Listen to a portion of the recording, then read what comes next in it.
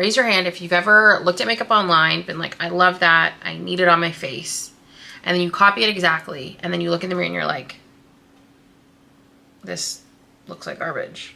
Like, this doesn't look the same. It's not because you did it wrong. It's because you're applying someone else's face to your own and expecting it to work exactly the same. And honestly, nobody wants to hear this, but that's why your makeup isn't working for you. If you're new here, hi, my name is Miss Megan. I've been doing makeup for 15 years.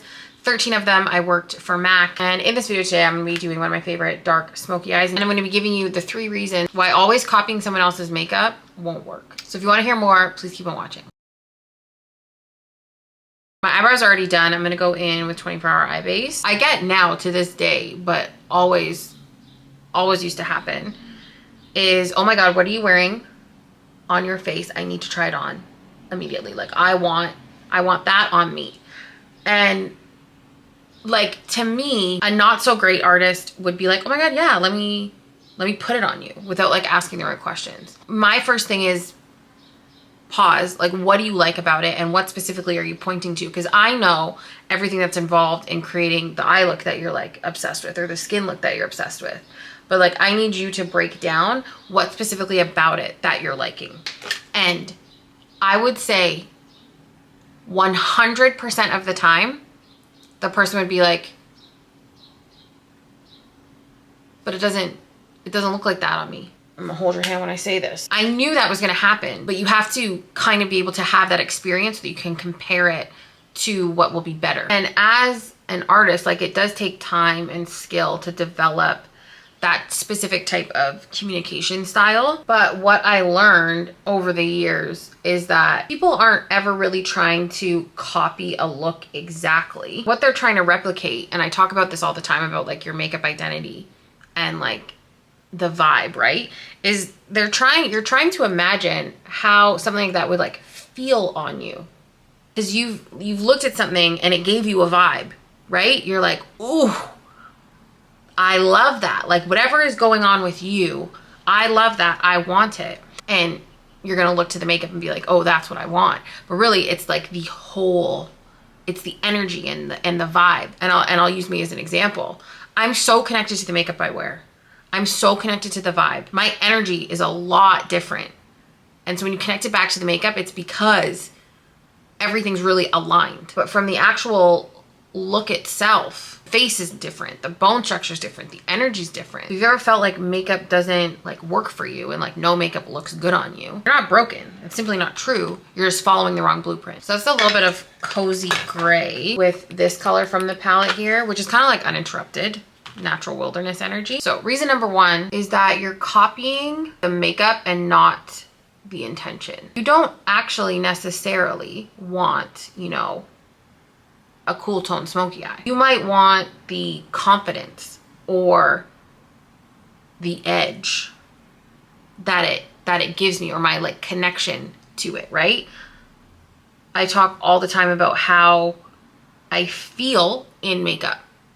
I think it's one of the reasons too why like a lot of my content is as popular as it is, because I'm gassing myself up the whole time, because I'm genuinely connected to how these certain things make me feel and make me look, because I'm going, oh my God, this, like, it connects, they merge, everything's aligned. So if you don't understand necessarily what you're trying to express, if you don't know what it is as your makeup style, that's how you can end up down these like rabbit holes looking for something that makes sense to you, or putting something on and feeling entirely disconnected from it. And that's the truth, is that you will always feel disconnected from the result. And then the other part that kind of pairs with this is what you're drawn to might not be what is the best for your face, like structurally. So let's use the cool tone option as well. Let's say you put on, you know, well, I love this makeup I'm seeing, so I want to wear that. But you put cool tones on and they just make you look like washed out garbage. It's not that you're bad at makeup necessarily. So you have to be able to change things to make them work for you. And that could be placement that's different. So that means that maybe you can't have something as smoky. You can still get the same energy, but it can't be the same level of smokiness as you're seeing somewhere else. Maybe it's that, you know, you need to make all of the shadows warm because it's going to flatter your skin tone more. These are all the things that are like make or break to your makeup. And for sure, there's going to be some cases where you see something you love and you're like, well, I want to try it just to see. Absolutely, you can do that. But that also leads to a lot of trial and error and frustration and like makeup burnout that you can avoid when you do stuff a little bit more intentionally. I can give you like an example with like my eye makeup. My eye makeup, I do it as dark as I do it because I want to make my eyes look more flat. I have very round eyes. They stick out a bit. They're very like dominant on my face. So by putting dark shadow, it falls flat and the lid falls back, and that's what I like. So that's so specific to the structure on my face. I prefer a more round eye. I don't like elongated eyes, even though I blow my shadows out. So all these things are very specific to the structure of my face. And even if you wanted those, there would still be a different way to customize it to you to make you look the most beautiful. And that's why I always say, like, don't necessarily shop off of my face in particular. Number one, I have a makeup face. All makeup will look good. I won't have issues with it. And that's not me trying to like brag or something. It's just that very few things don't look good tone wise, texture wise on me. So it's always going to read really great. Which in turn makes you feel like, oh my God, I love that. I want it. I need it. And I guess I'm speaking to people who are specifically tired of like how much money they're spending on makeup. If you're like, listen, I love makeup. I'm going to buy all the makeup in the world. Do it. But it's more to prevent like disappointment for people. It's the other reason too why I don't necessarily ever do recommendations, because in comments, I don't know you guys. I don't know enough about you to give you the best recommendations. And I'm doing a disservice by just giving like blank answers. Oh, you want a long wearing setting spray? Okay. MAC stay over. There could be something better. And it's the same thing with, let's say you take my face and you put it on yours and you're like, oh my God, this is the best I've ever looked. Maybe. But also, if we took that and we structured it and customized it even more to you, which could mean a change of the foundation, a different placement, then there's an actual even better version.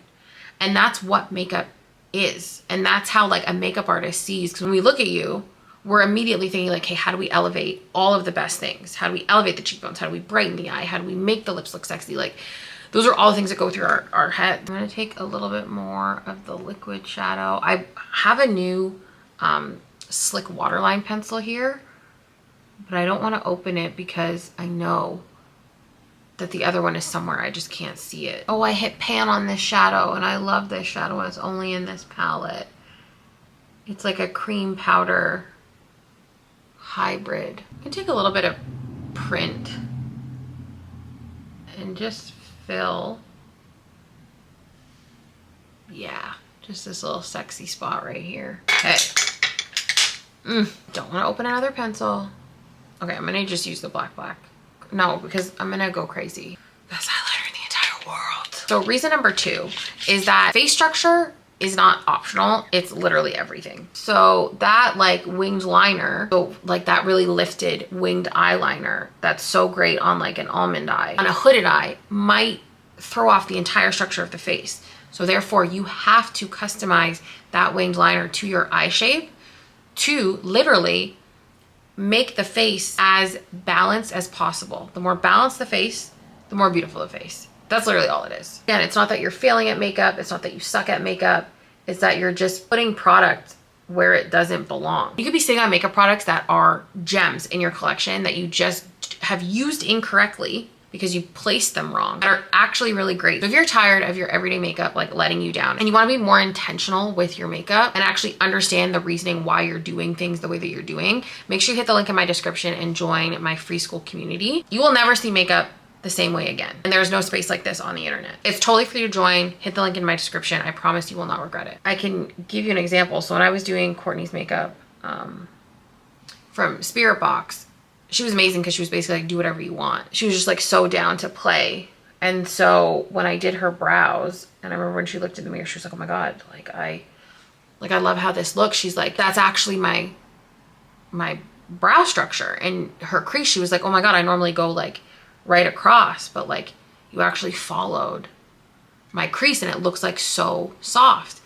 Because in my mind, when I don't have the info, I'm not given like a specific direction, I'm always going to do makeup to elevate you, like elevate your structure. So makeup isn't about copying and pasting. It's about interpreting it and then applying it to suit you. Another example I can give of why your makeup might not be working for you is I only like to do big buffing motions, big blown out soft layers to build my eye. My eyes are big, so my brushes are big. If you have smaller eyes and you buy my favorite brushes, nightmare eye looks, I can tell you that right now. So when you think about all of the content that you're consuming and everybody's different ways of doing makeup and all the product that you're seeing, like literally it's like no wonder everyone's kind of in this like makeup rut, or has been in this makeup rut. When I've had like one-on-ones with people too, and I'm like correcting their, you know, placement, or I'm like, can you just do this little one thing? Every single time they're like, oh my God. Like that just made a huge difference. It's these tiny, tiny little changes that work with the structure of the face that allow the makeup to look its best. This is good. I don't know if I want this lash or like, does this call for like a thick lash? This is my stacked pair. Oh, it just hits so much harder with this. I'm just gonna do this one because I haven't worn it in a really long time. This brings me to reason number 3, is you're learning from the internet as opposed to learning from an artist. This is the real truth. The internet shows you what? Like it shows you product, it shows you looks, but a makeup artist teaches you why and how. And like there's a time and place for everything that exists on the internet. That's why when you're even using like the right product, it can feel very, very wrong because you don't know the how or why behind it. And what always kind of makes me laugh in it, and I can give you an example that's like very current, or it was current, was like the whole Studio Fix powder thing. Forever, like this was what would happen forever. If you bought a product and something went wrong, you didn't know how to use it, it didn't apply in the way you thought it was going to apply, you went back to MAC to have an artist teach you how to use the product, explain why it was going wrong, explain what the best way to use it is, if it was even the right thing you bought in the first place, because you needed to be shown and taught what to do. That was normal. Or this happens in every like actual makeup scenario when I'm working with somebody, is you would have a picture reference and you'd be like, I want to look like this. I need to verbally tell you how we have to adapt that look to make it work on you.